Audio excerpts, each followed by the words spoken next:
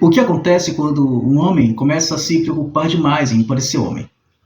Em que momento a busca por firmeza se torna ansiedade e a procura por direção se transforma em performance?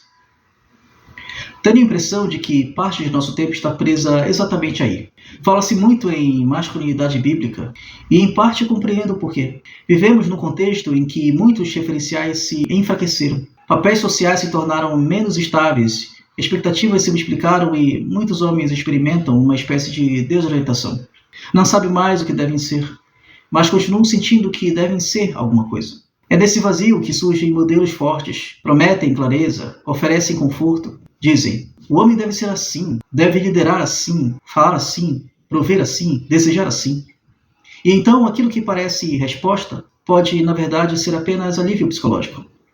Muitas vezes o que se chama masculinidade bíblica não passa de uma reorganização moralizada de padrões antigos, agora revestidos de linguagem espiritualizada. O problema não está em reconhecer que há diferenças entre homens e mulheres, nem em negar que a criação tem uma ordem. O problema começa quando transformamos essa ordem em sistema de controle, como se a maturidade espiritual pudesse ser reduzida a um conjunto de traços observáveis. Nesse ponto, já não estamos mais diante de uma exigência do Evangelho, mas diante de um esforço de domesticação da incerteza humana. Quando leio as Escrituras, não encontro um tratado de masculinidade. Encontro homens concretos, em circunstâncias concretas diante de Deus. Abraão deixando a terra sem saber para onde ia. Moisés relutante, temeroso, hesitante. Davi capaz de coragem e de ruína. Jeremias chorando. Pedro impulsivo, quebrado, restaurado. Não vejo ali um catálogo de temperamentos ideais. Vejo vocação, vejo responsabilidade, obediência, juízo, misericórdia e transformação.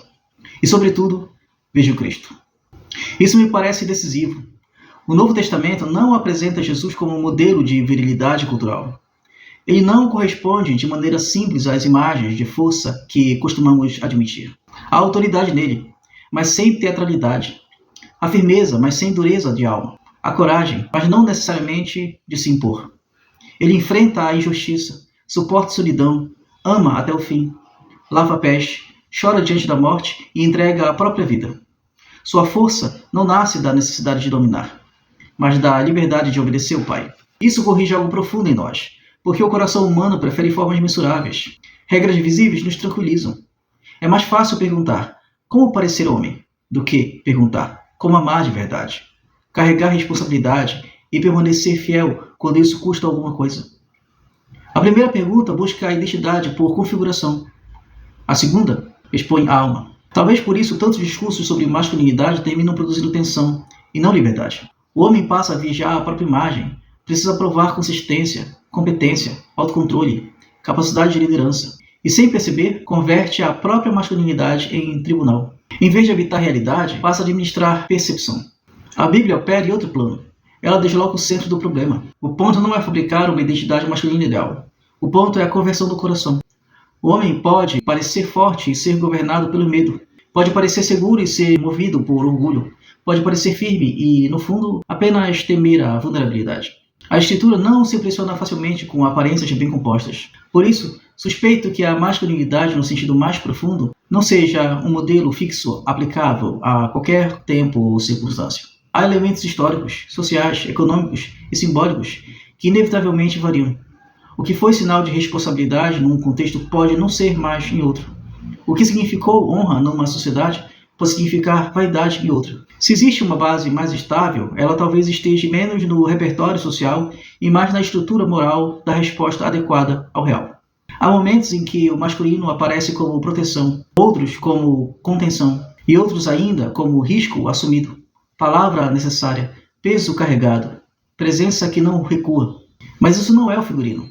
É discernimento moral diante da ocasião. E aqui há algo importante. Certas qualidades que chamamos masculinas podem, em sentido moral, ser exercidas também por mulheres. Coragem, responsabilidade, firmeza, fidelidade, capacidade de sustentar o peso do real. Tudo isso pertence antes à maturidade humana do que a um código exclusivamente masculino. O que então permanece propriamente masculino ou feminino? Penso que talvez o núcleo mais próprio esteja ligado à sexualidade. E digo sexualidade num sentido mais fundo do que mera anatomia, embora não separado dela. O corpo não esgota o mistério, mas também não é irrelevante. Há uma distinção concreta da diferença sexual na existência humana. Ela alcança imaginação, afetividade, percepção, relação e forma de presença no mundo. Orbita a corporidade sem se reduzir a ela. Por isso, talvez o homem cristão não deve estar excessivamente preocupado em parecer masculino. Deve estar preocupado em ser verdadeiro diante de Deus, em aprender a amar o bem, suportar a responsabilidade, ordenar desejos, renunciar à vaidade e permanecer fiel no real. Quando isso acontece, a masculinidade deixa de ser projeto e se torna consequência. Talvez o homem que mais tenta parecer homem ainda não aprendeu a ser.